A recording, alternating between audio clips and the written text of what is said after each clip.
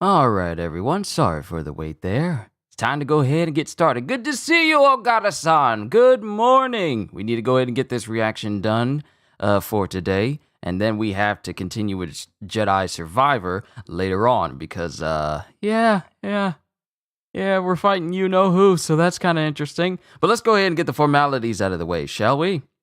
Yo, peoples, Kyushu92 here, and welcome back to yet another One Punch Man chapter reaction and review. I do so love it when One Punch Man releases their chapters after I'm done streaming on a Wednesday and then I'm heading off to church, and while I'm there, it's all like, hey, the chapter's out right now. And I'm thinking, not only do we have to wait so long for a chapter to even drop. We didn't even get a chapter in April. But not only do you have to wait so long for a chapter to drop, we never know when it's going to drop. We know it's going to drop on a Wednesday, but we never know when it's going to drop at all. So yeah, it's nice when these chapters just drop at the most inopportune of moments when I'm busy with something else. So last we left off, it pretty much concluded the fight between Tornado and Saitama, with it seeming like Tornado has kind of softened up a bit to Saitama. Just a little. Just a little. Hold on, let me do this. I forgot to do... Where's the logo? I know I had the logo for it. There we go.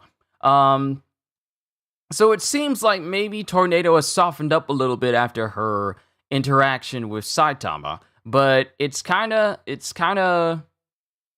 you can't really tell because she's still snarky, she's still snappy a little, but not as much as she was when she first met Saitama, and even Blizzard notices.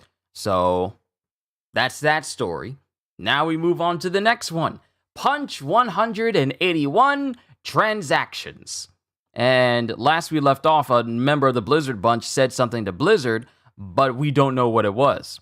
And now, starting this chapter, we see the absolute devastation all around the Hero HQ, the Hero Association HQ, and it's just covered in potch marks and craters and devastated landscapes, thanks to the skirmish between Saitama and Tornado, with, I want to say, Tornado being the one who did the most damage out of all of this, considering she tried to use the utmost of her power to go up against Saitama, but nothing really worked. So all this devastation, yeah, it's just Saitama trying to avoid all of that because he found it annoying. But now we cut to Saitama finally getting home. I'm a wreck. I should buy new clothes and shoes. And then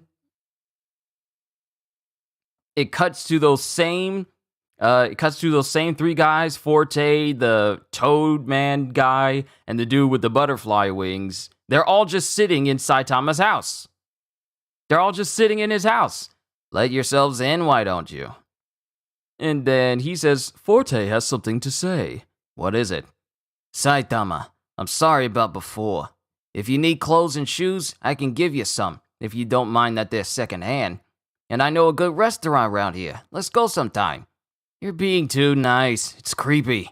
We're both Class A, right? So we should be buds.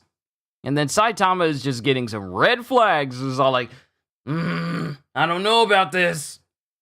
And the two other guys that are with Forte, the frog guy and the dude with the butterfly outfit, they're just looking like, I really hope this works. If any problems arise, just come to me. Sure. What's up, Forte? Did that car hitting you mess with your head? I saw something at the hospital. I saw him fight. He's got incredible moves. Even if the three of us ganged up on him, he'd probably waste us in under 10 seconds. Because he remembers when Saitama was launched into the hospital he was recuperating in. And he noticed that Saitama's body is incredibly muscular and powerful. Him just being on the side of the wall, he saw Saitama digging his fingers into the bare wall itself. He sees the muscle definition, the veins all over him. He's all like, yeah, we can't do anything to Saitama because he's just that strong. That and the fact that he was fighting a class S hero, one of the strongest, so that kind of got his attention as well. He's got incredible moves. Even if the three of us ganged up on him, he'd probably waste us in under 10 seconds. I doubt that. You're just short on sleep. No monster caused that earthquake. His fighting did. And then he points over in the direction of Pochi and Spermatozoon, who we haven't seen in so long. We should welcome Saitama with open arms. So let's take care of his dog. And they don't say anything. And then we cut back to the underground where all the monsters used to be. All the monsters that the Heroes Association was keeping down below for experimentation. All the same monsters that Saitama wasted when he dropped down in there. Yeah, now all the heroes are seeing the remains of these monsters. Look at this mess. It's like a scene from hell. All the demons on B14 are like this too. Maybe they've killed each other off? And this is Lightning Max saying this. Judging from the carnage, these lumps of meat look like they were hellacious monsters. The Hero Association must have poor risk management to keep dangerous monsters like this in the facility. No, you don't understand. And then everyone explains what happened. Because it's members of the Blizzard Bunch apparently. No, it's not even members of the Blizzard Bunch. It's other executives who apparently saw Saitama fighting. A single hero did this? Don't be ridiculous. These monsters were threat level demon. You must have seen wrong. No way. And then they continue to talk. Huh? You association execs showed up to welcome him? So how could you guys not even know who Tsukuyomi is? And then the execs was all like, no, we just had time to spare, right? Yeah. No, he played you for suckers. He played you for suckers. Gearspur. Among those of us in psychic circles, Tsukuyomi is a secret society existing only in urban legend. The rumors are so wild that it's not even worth taking seriously. I don't know why I given him this accent, but it's what I'm sticking to. I suspect that the remnants of the Monsters Association pretended to come for some sort of transaction when their true objective was stealing back their boss, Psychos. After all, they had a number of psychics. Right. And both, what is it? Needlestar? 9-star, Needlestar, the dude that has a that used like the metal ball with this ball and chain and eyelashes are kind of listening to him. Then it cuts to one of the execs just smoking because he's blowing his breath out. I think this is the same dude that is part of like security. I forget what his name is. But then it cuts to a voice going, McCoy. And it's Blizzard. Hellish Blizzard. Can we talk? Because she's standing there right next to that same specific Blizzard Bunch member who told her something was going on, but we don't know what. So hopefully we get to find out in this chapter. You're keeping unlisted threat-level demon monsters underground. Why is that? My Blizzard Bunch almost fell prey to them. Metal Knight was experimenting on them for a new weapon he's secretly developing. Is that so? In that case, what's all this evidence of you conducting high-value transactions with external organizations for these monsters? What? They're not really there for experimentation? They're there for selling? Your emergency network has poor security. I suggest taking measures against hackers, which I'm guessing this Blizzard Bunch member is a specialist at. Divulging this would create a major scandal. And then McCoy doesn't say anything. What do you want? And then Blizzard just smiles, because she has this dude in the palm of her hand. There's still time while the cameras are down. If we scatter the monster remains above ground, we can pass off my sister's rampage and the damage to the facility as a result of a fight against threat-level demon monsters. Claiming victory will restore the faith of the elite who live here. You need their money, no? And then McCoy is like awestruck over the genius of this. Overlook my sister's transgressions and I'll overlook yours. It's a great deal, right? Interesting. You truly are a witch. Then it cuts to far off in the distance from the Hero HQ, and then an explosion happens, and then we just see monster guts and everything just flying all over.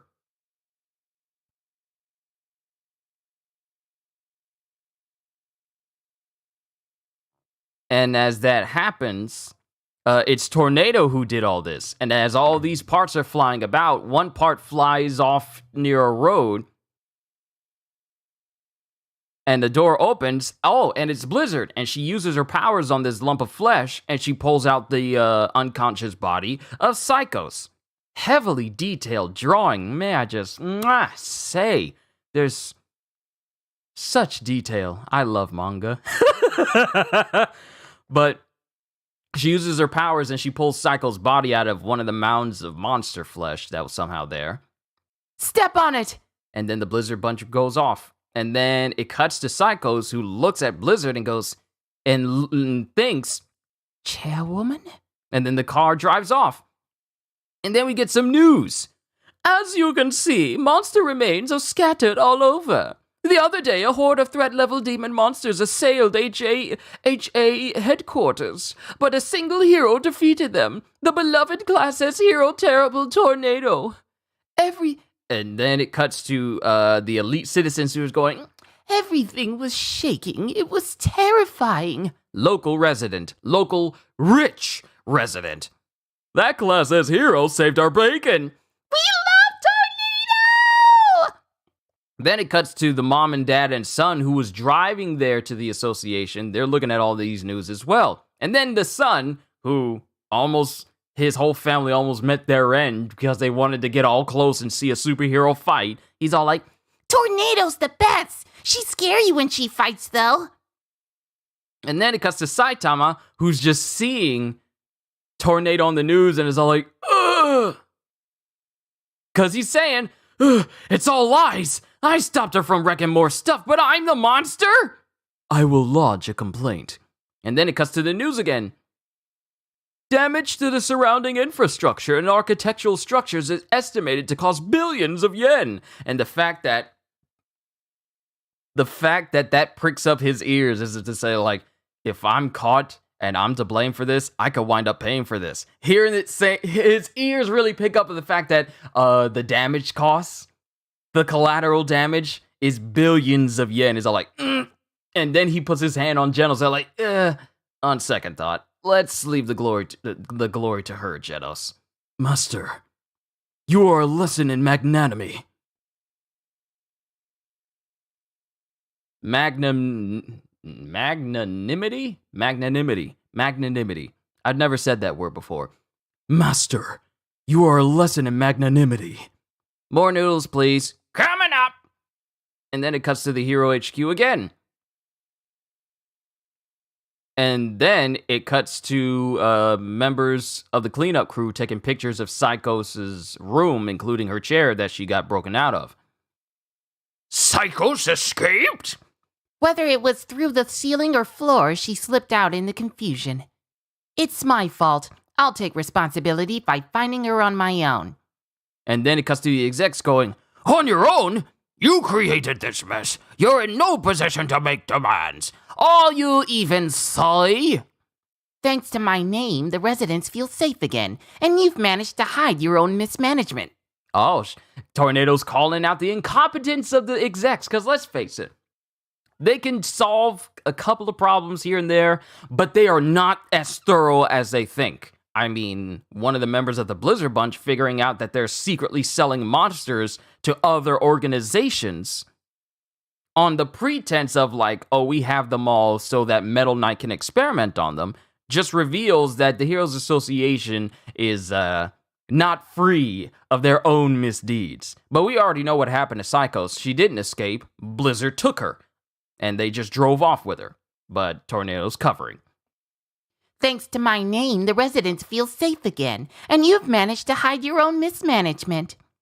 What's the difference if I bring back a few thread-level dragon monsters?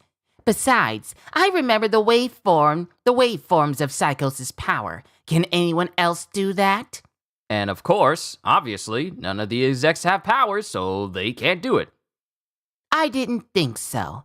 Other heroes would just get in my way, so leave this to me. And then we have McCoy, who's sitting there with the rest of the team. And then he says, "Contrition and an offer to atone. I find that most touching, Tornado." And then Tornado looks back and goes, "Oh, well, even I have my good moments." I'm glad to hear that. I like McCoy. I like voicing McCoy. I just characters like this that have a mannerism to them. I like McCoy. I'm glad to hear that. Then it cuts to Child Emperor, where he goes, "What is that? Something seemed fishy about the recent incident at headquarters, so I hacked the system, and there's a massive cover-up." Oh, so Child Emperor knew something was off? So he hacked into the system. And now he knows what's truly going on at Hero HQ. Now we know that they're keeping monsters, well, they were before Saitama basically killed them all. They were keeping monsters underground on the pretense of Metal Knight creating new weapons to fight against threat level demon and higher monsters. But we know now that it's a cover up for them to sell off monsters to different organizations. Said this earlier. But what if this is not the only thing that's happening at HAHQ?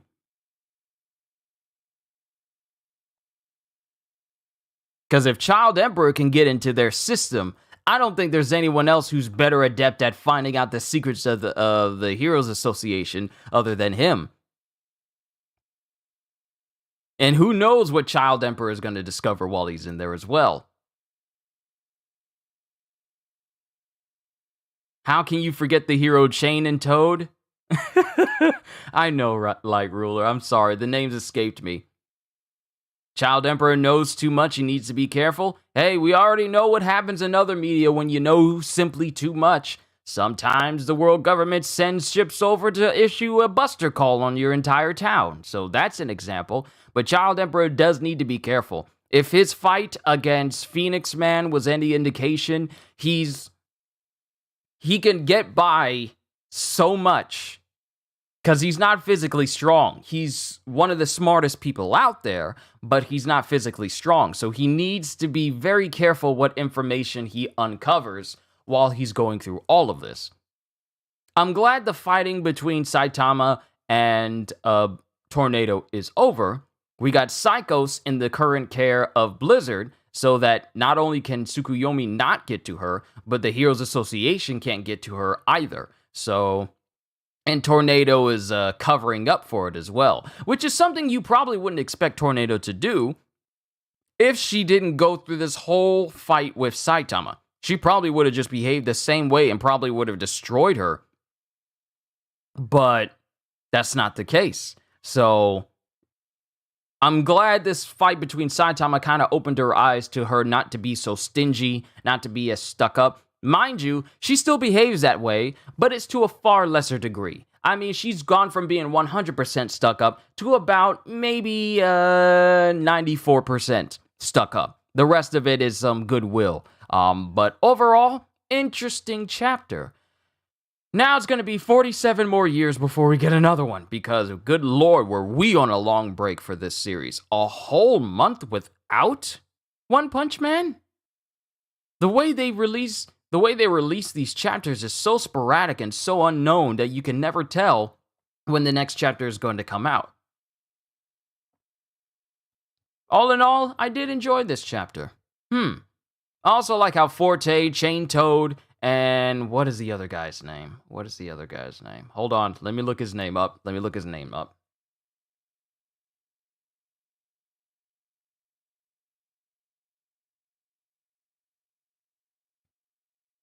Hold on, Forte. Let me just look him up. And his friends, Butterfly DX.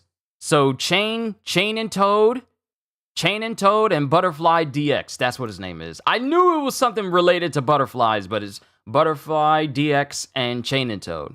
But, yeah, you would think I remember Chain and Toad a lot more since he was there during the fight with Garo. But I did not, because so many things goes through my brains at any given time that sometimes I'm packing my mind with so much knowledge that sometimes things escape me. So I apologize. But I did like this chapter. It wasn't as big and monumental. It was pretty much an aftermath chapter. Everything started to settle down, nothing too major, except for the news that the Heroes Association was secretly selling monsters to other organizations for whatever reason. And if that knowledge ever got out, it would make them lose funding that they're getting.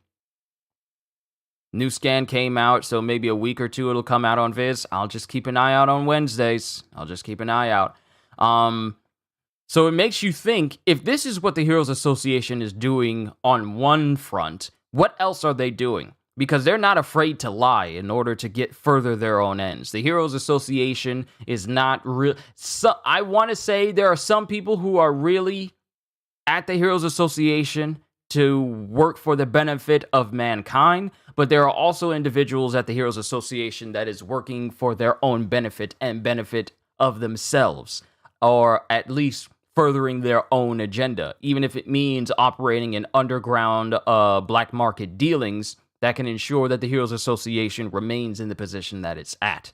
And I feel like them turning their entire headquarters into also a side living space for the rich and famous to live at is another way that they can just keep the funding going. But if that doesn't handle well, I mean, they have multiple sources of income. What I'm really getting at is that they have multiple sources of income, both from the rich and the elite, people who can, afford it, including that one particular family where they had how many years? They're on like a 30-something year loan or 35-year loan or 25-year loan to be at the Heroes Association. So for 25 years, they're going to be paying that stuff off just to live there? That's like, how many other people are there? There's got to be a ton of funding to go to the Heroes Association.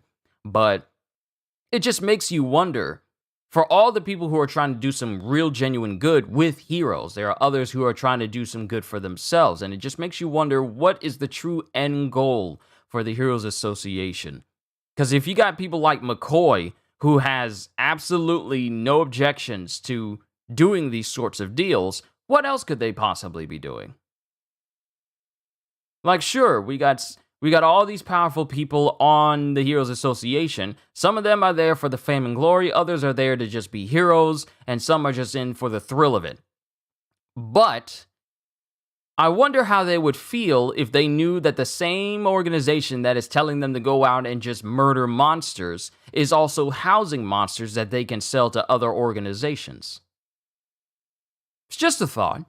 Overall, very interesting chapter. Like I said, this didn't have like a whole bunch of action. It was just a calm after the storm type chapter. I can imagine the heroes living in that building have apartments the size of a closet. Look, Saitama just has like a regular house.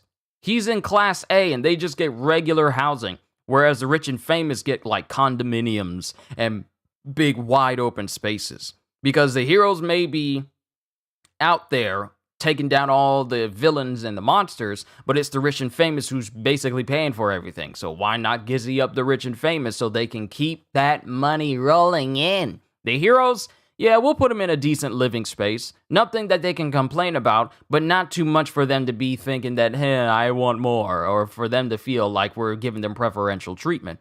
Because we don't even know what the living space for, because if anything, we've seen the living spaces of some of the Class A heroes. And some of them are pretty basic. Like Tornado's place is like a basic apartment.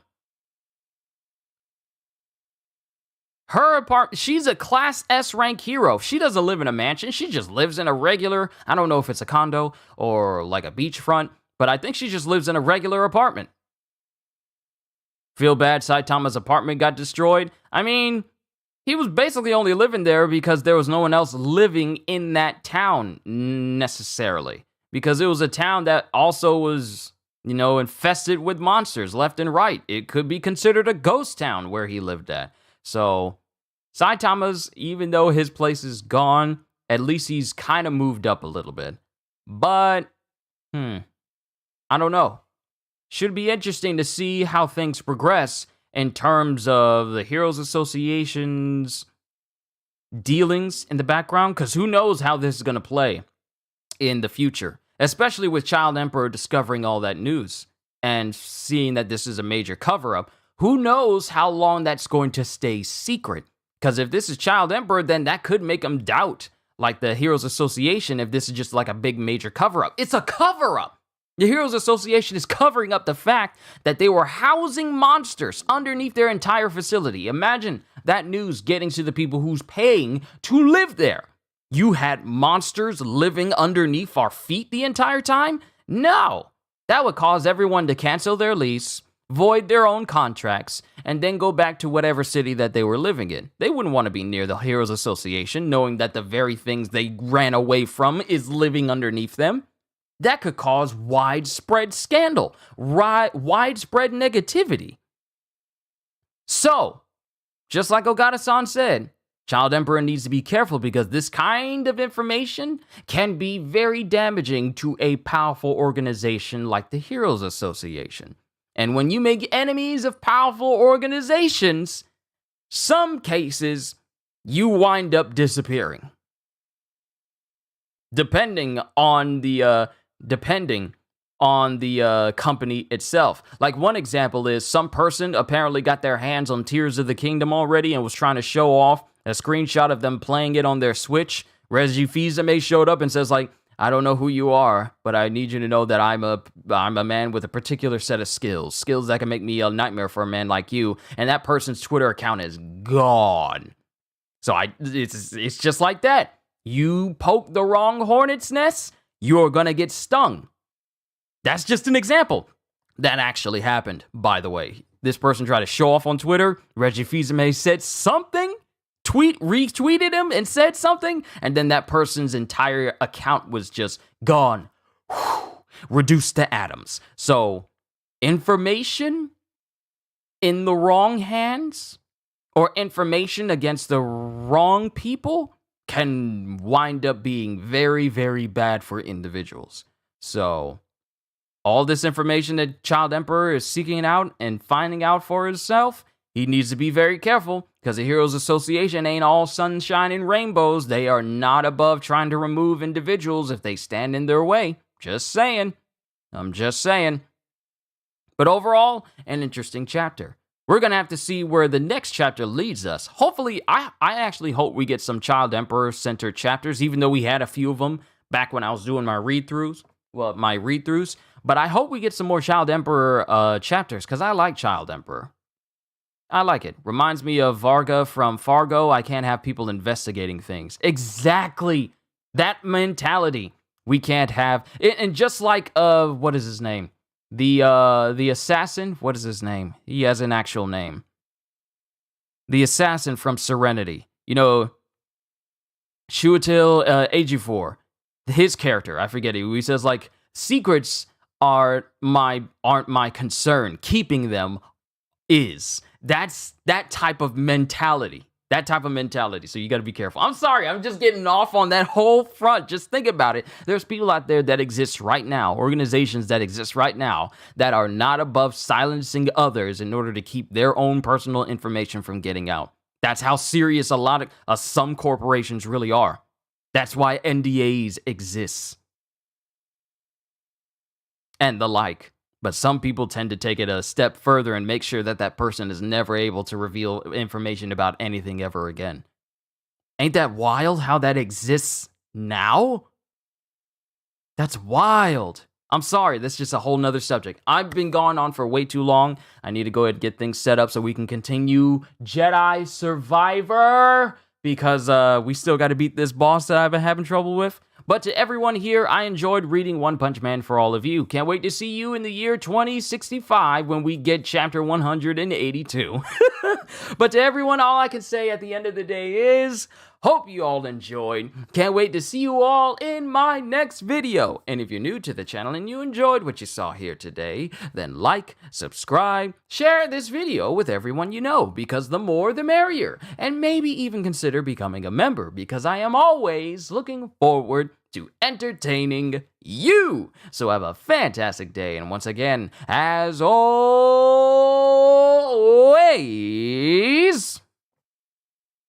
later, peoples!